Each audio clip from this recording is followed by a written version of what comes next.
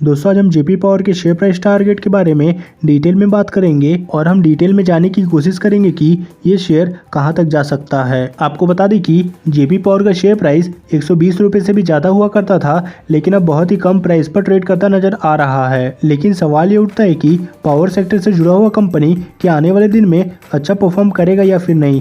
आइए कंपनी के business future के बारे में फंडामेंटल एनालिसिस के जरिए डिटेल में जानते हैं। तो दोस्तों पहले हम जेपी पावर के शेयर प्राइस टारगेट 2022 के बारे में बात करेंगे। तो दोस्तों कंपनी के बिजनेस में कम समय के लिए जरूर अच्छा नजर आता है। लगातार कस्टमर के पावर में डिमांड के चलते मुनाफा होता देखने को मिल रहा है, जिसकी वजह से कंपनी अपने बिजनेस पावर जनरेशन और पावर ट्रांसमिशन में ग्रोथ को और तेजी से बढ़ाने की पूरी कोशिश कर रहा है। और साथ ही कंपनी अपने क्वार्टर रिजल्ट में भी अच्छा प्रदर्शन करता नजर आ रहा है। और जैसे जैसे कंपनी अपने क्वार्टरली रिजल्ट अच्छा पेश करेगी, वैसे वैसे आपको शेयर प्राइस में भी जबरदस्त उछाल देखने को मिलने वाला है। और कम समय यानी कि 2022 की बात करें तो आपको पहला टारगेट 15 रुपए देखने को मिल सकता है, फिर उसके बाद आपको 20 रुपए के लिए होल्ड करना चाहिए। चलिए अब जेपी पावर के शेयर प्राइस टारगेट 2023 के बारे में बात करते हैं। तो दोस्तों कंपनी लगातार अपने ऊपर लगे कर्ज को कम कर रहा है, जिसकी वजह से जो पहले एक बहुत बड़ा हिस्सा ब्याज का देना पड़ता था वो कम हो गया है। इससे कंपनी अपने बिजनेस को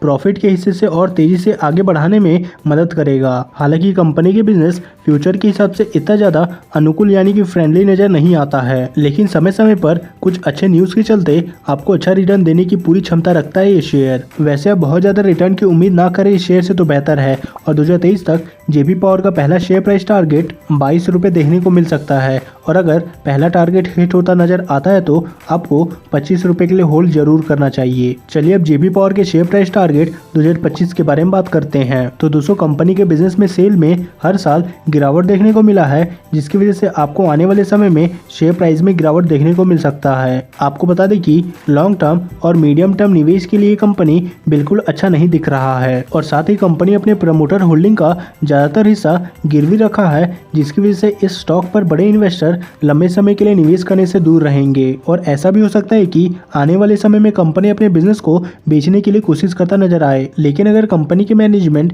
अपने बिजनेस को संभालने में कामयाब हो जाते हैं तो 2025 में इसका पहला शेयर प्राइस टारगेट 27 रुपए देखने को मिल सकता है। और अगर ये टारगेट हिट होता है तो आपको 30 रुपए के लिए इसे होल्ड जरूर करना चाहिए। चलिए अब कंपनी के शेयर प्राइस टारगेट 2030 के बारे में बात करते हैं। तो दोस्तों कंपनी का जो थर्मल पावर बिजनेस है वो अभी के समय तो ठीक ठाक दिख रहा है और अच्छा खासा चल भी रहा है, लेकिन भविष्य इस कंपनी का अंधकार में है, क्योंकि इस बिजनेस की बजाय कस्टमर सोलर या रिन्यूएबल एनर्जी की तरफ जाते देखने को मिलेंगे और सरकार भी इसको प्रमोट करती आ रही है, जिसकी वजह से फ्यूचर में जेपी पावर जैसी कंपनी के बिजनेस में खतरा होने के कारण आपको शेयर प्राइस में भी बहुत ज्यादा गिरावट देखने को मिल सकता है। इसलिए आपको ऐसे कंपनी में लंबे समय के लिए निवेश करने से दूर रहना चाहिए। और अगर कंपनी भविष्य में अपने बिजनेस में अच्छा बदलाव करता है तो तब आपको निवेश के लिए जरूर सोचना चाहिए। और दोस्तों जेपी पावर के शेयर में बहुत ही ज्यादा रिस्क होने की वजह से हमने 2030 का कोई भी शेयर प्राइस टारगेट नहीं दिया है। चलिए अब जानते हैं कि भविष्य के हिसाब से जेपी पावर का स्टॉक कैसा होगा। तो दोस्तों कंपनी के हर तरीके से,